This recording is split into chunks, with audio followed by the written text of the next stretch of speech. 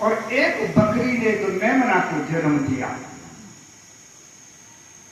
दूर से एक शेर आया और आंख लाल करते हुए पूंछ ऊपर उठा करके जैसे ही आगे को आया और बकरी रोने लगी। बच्चा बोला कि मैया क्यों रोती है? कि बेटा ये दोनों को खा जाएगा। तो कि भैया जब दोनों को ही खा जाएगा तो फिर रोने की क्या बात है? कि बेटा तेरा मांस कच्चा है, पहले तुझे खाएगा उसके बाद तुझे खाएगा, और मेरे सामने जब तू मरेगा तेरे प्राण निकलेंगे तो वो कष्ट सोच करके मुझे दुख हो रहा है कि मैया तू चिंता मत हो जाए। और बच्चे ने मेमने लेके शेर अंकल जी नमस्ते, और अंकल जी फूल के कुप्पा हो गए कि बेटा कोई परेशानी तो नहीं है, मैं जंगल का राजा हूं, और कोई परेशानी हो तो रात के 12 बजे आवाज लगा देना। कि अच्छा अंकल जी कह करके शेर छोड़ के चला गया। मैया बोली कि बेटा शेर छोड़ कैसे गया? कि मैया तू पुरानी हो गई है, नए जमाने की, नए लड़कों की सोच अलग है, तो क्या बात है कि जंगल में आगे हैं चुनाव, कोई सारे शेर हैं सब अंकल बन गए, और चुनाव के बाद न तो तुझे छोड़ेंगे और न मुझे छोड़ेंगे। ये तो रही लोक वासना। अब शास्त्र वासना, एक बहुत बड़े आचार्य पंडित जी जो है काशी से पढ़ करके चारों वेद 18 पुराण 6 शास्त्र परिषदों का ज्ञान वाचक ज्ञान याद करके और घर आए। मैया से नमस्कार की। मैया ने कहा आ गए हो बेटा? हाँ मैया आ गए। कि सारी पढ़ाई पढ़ाया? कि सारे वेद वेदांत की सारी पढ़ाई पढ़ गया और सबको मैंने हरा दिया है, कोई मुझसे जीत नहीं पाया। ये है शास्त्र वासना। तो मैया बोली कि हमारे यहाँ के कबीर दास एक जुड़ाया है संत, भैया वो कह देगा तो मैं मानूंगी बेटा, और तेरी पढ़ाई को मैं नहीं। गया कबीर दास जी की झोपड़ी पर, आवाज लगाई, अरे ओ कबीर। हाँ शास्त्री जी। कि तू मुझसे शास्त्रार्थ कर ले। कि शास्त्री जी मैंने तो शास्त्र देखे भी नहीं, मस कागज छुओ नहीं, कलम गही ना हाथ। तो कि क्या कर, तो कि तू लिख दे कि हार गया, मैं अपनी मैया को दिखाऊंगा।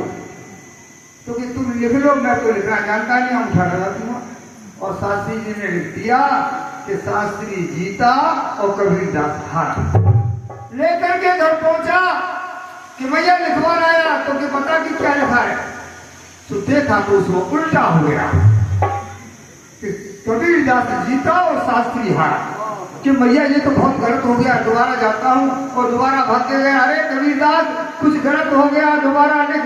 कि पंडित जी बड़ा कागज ले आऊं। बड़ा सा कागज ला करके उस पर लिखा कि शास्त्री जी जीते और कबीर दास हारा।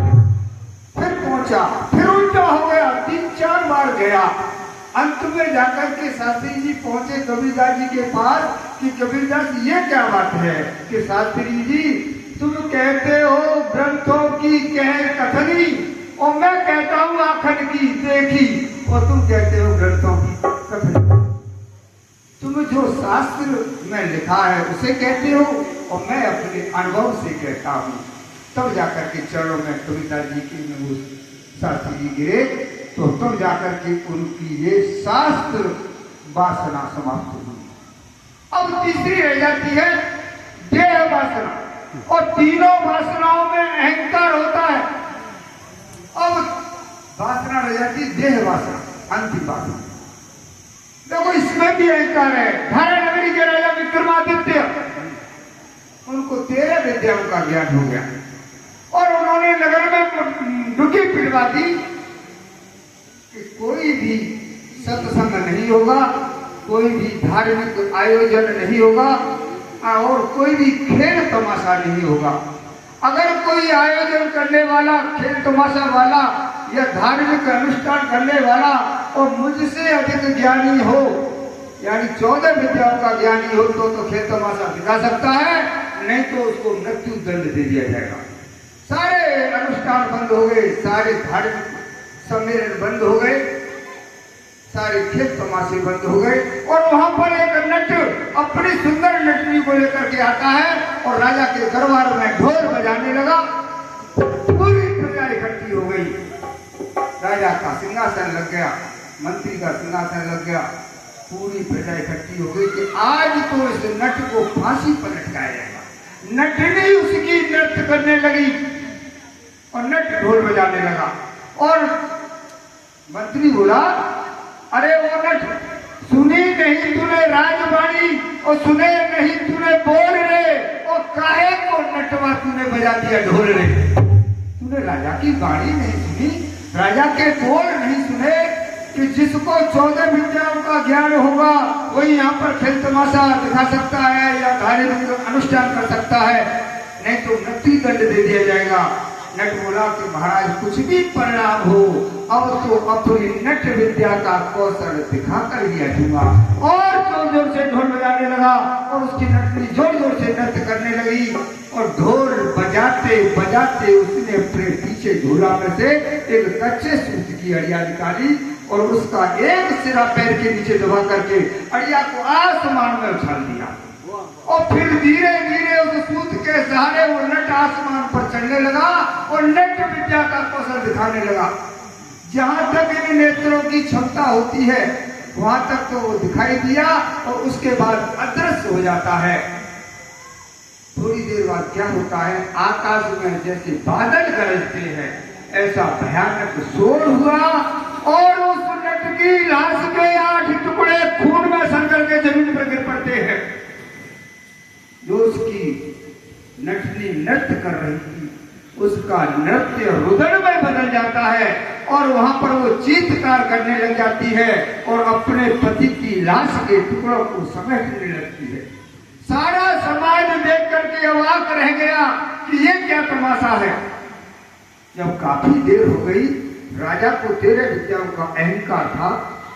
उसने कहा, अरे ओ नटनी, तू जानती नहीं कि जिसने जन्म लिया है उसकी मृत्यु निश्चित है? कि महाराज इतना तो मैं क्या 5 वर्ष का बच्चा भी जानता है कि जिसने जन्म लिया उसकी मृत्यु निश्चित है। लेकिन महाराज एक प्रेम प्रबल होता है, प्रबल प्रेम के पाले पढ़कर प्रभु को नियम बदलते देखा, वो अपना मान भले टल जाए, भक्त का मन टलते देखा।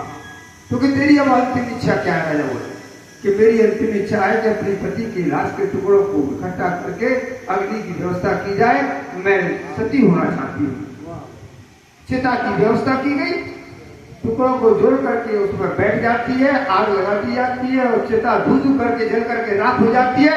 इसके बाद क्या होता है, वो नट ऊपर आसमान से आता है नीचे, महाराज की जय हो, अन्नदाता की जय हो, महाराज की जय हो। सारा समाज देख करके दंग, ये क्या तमाशा। चारों तरफ देख करके उसने दृष्टि घुमाई और उसे अपनी धर्म पत्नी दिखाई नहीं दी। तो राजा की तरफ जाकर के कहने लगा, राजन मेरी धर्म पत्नी कहाँ है? राजा ने सारा वृतांत जो गया था वो सारी बातें बता दी कि देख वो चिता की राख ठंडी हो गई। नहीं महाराज, तुम्हारे मन में खोट आ गया है। मेरी धर्म पत्नी अत्यंत रूपवती थी और तुमने उसको महलों में छुपा करके रखा है। राजा बोला, नहीं तो महाराज मुझको आज्ञा दो और आपके महलों से ढूंढ करके निकाल करके लाओ। राजा ने कहा, आज्ञा है। महल के सामने जाकर के नट 3 आवाजें लगाता है और तीसरी आवाज पर नटनी महानृत्य करती हुई आती है कि महाराज की जय हो, अन्नदाता की जय हो, महाराज की जय हो, आवाज करके आती है।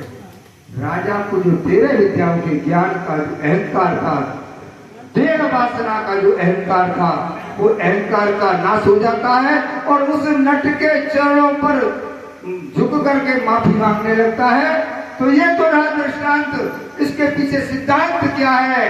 वो नट साधारण नट नहीं था, वो मेरा नटवर नंद किशोर कन्हैया था।